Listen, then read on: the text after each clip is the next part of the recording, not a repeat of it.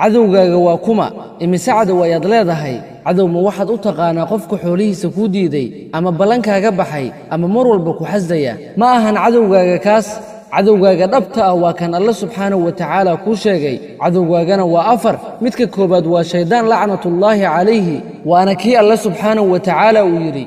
إن الشيطان لكم عدو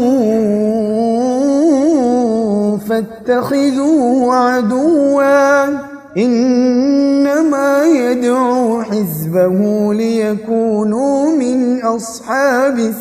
السعير shaydaanku waa colkiina ee idinna col ka yeesha wuxuuna ugu yeeri uun xisbigiisa si ay asxaabta naarta saciir uga mid noqdaan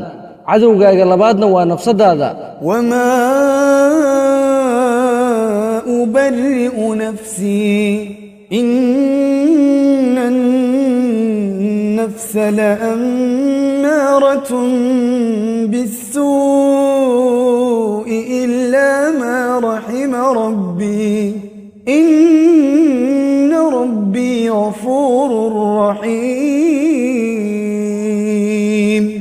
mana bariyeelaya naftayda naftu waa farid badan tahay xumaanta naxariista rabbigay mooye rabbigayna waa dembi dhaafe naxariista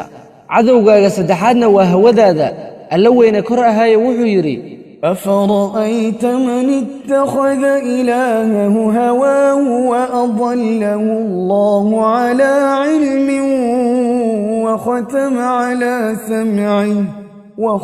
على سمعه وقلبه وجعل على بصره غشاوة فمن يهديه من بعد الله أفلا تذكرون كورن روح كيش إلهيسي هوديسا oo Allah dhumiyay isagoo cilmi leh oo daboole maqalkiisa iyo qalbigiisa yeelayna aragiisa dabool yaa hanuunin Allah kadib miyeedan wax xasuusanayn cadowgaaga afraadna waa adduunyada oo Allah subxaanahu wa ta'ala uu leeyahay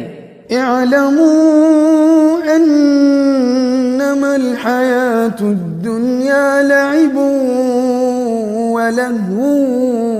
وزينة وتفاخر بينكم وتكاثر في الأموال والأولاد كمثل غيث أعجب الكفار نباته ثم يهيج فتراه مصفرا ثم يكون حطاما وفي الآخرة عذاب شديد ومغفرة من الله ورضوان وما الحياة الدنيا إلا متاع الغرور haddaba waxaad ogaataa afartaas cadow inaad leedahay waana afar cadow oo kala daran maxaa yeelay shaydaanku wax kale uma taagna inuu ku baadeeyo ma ahane haddaadan ka dhiganin cadow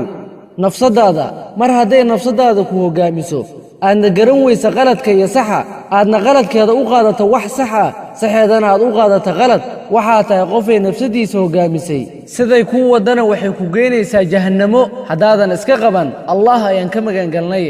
hawadaada oo aad mar walba iska raaraacdo yadadiilo aadan gaarayninna aad mar walba ka fikirto heer aad gaartay inaad wax walba u samayso hawadaada darteed iyadana waxay ku geynaysaa jahannamo ciyaadan billaah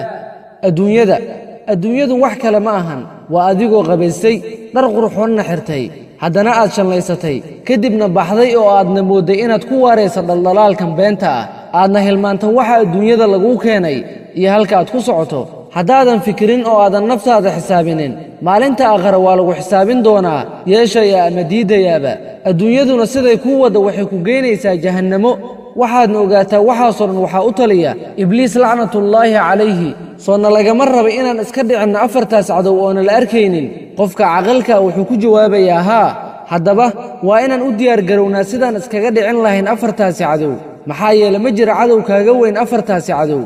haddaad iska dhiciso adduunyo iyo aakhiro waxaad noqonaysaa qof liibaanay haddaadan iska dhicin waxaad noqonaysaa adduunye iyo aakhiraba qof khasaaray haddaba afartaasi cadow waxaad iskaga dhicin kartaa ilaahay kitaabkiisa inaad qabsato kuna qabsato dariiqa nebigeenna moxamed sala allahu calayhi wasallam oo aadna noqoto mid ku dhaqma 24 saac sunnadii nebiga sala allahu calayhi wasallam markaasi waxaad noqonaysaa qof iska dhiciyey afartaasi cadow maxaa yeelay nebigeenna moxamed sala allahu calayhi wasallam wuxuu leeyahay waxaan idinkaga tegey 2 shay oo kale ah kitaabka alle subxaanahu wa tacaala iyo sunnadaydii haddaba walaalayaal ninkii qabsada kitaabka alle iyo sunnada nebigiisa wuxuu noqonayaa qof iska dhiciyey afartaasi cadow ee aan soo sheegnay qofkii qabsan waayana yuusan eedin nafsadiisa ma ahane